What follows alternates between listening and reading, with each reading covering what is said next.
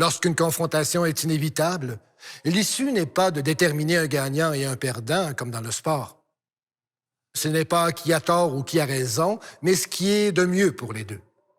Dans le monde des affaires, avoir un gain de cause ne suffit pas, car personne n'en sort gagnant. Comme entrepreneur, ma priorité est de m'assurer que mes relations avec mes partenaires et mes clients sont toujours saines, stimulantes et loyales, comme avec mes amis et ma famille.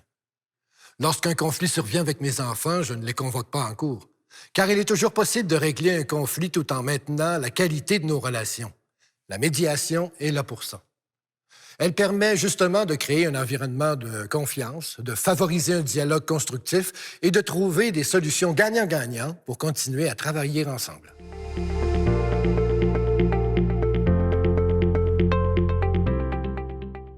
La médiation est efficace pour régler un conflit, mais elle l'est tout autant pour le prévenir et éviter qu'il ne s'envenime.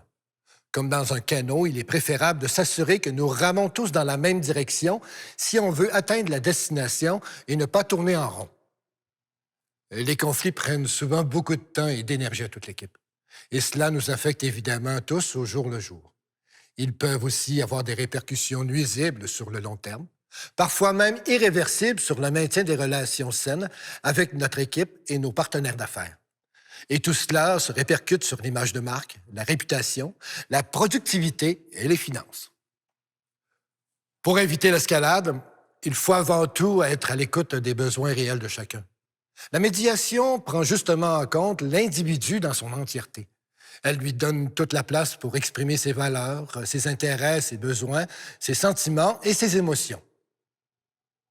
À l'inverse de la cour, où il faut démontrer à tout prix qu'on a raison et quels sont nos droits, lorsqu'on choisit la médiation, on fait le choix de mettre l'accent sur ce qui compte le plus pour nous et ce qui nous tient à cœur. La médiation permet de clarifier et de mieux comprendre le point de vue de l'autre, et d'échanger sur ce qui contribue au conflit et de trouver ce qui pourrait améliorer la situation. Et croyez-moi, c'est bien là la seule façon de préserver nos relations. Il serait dommage de se priver du service de la médiation, quand on sait qu'elle peut régler pratiquement tous les types de conflits.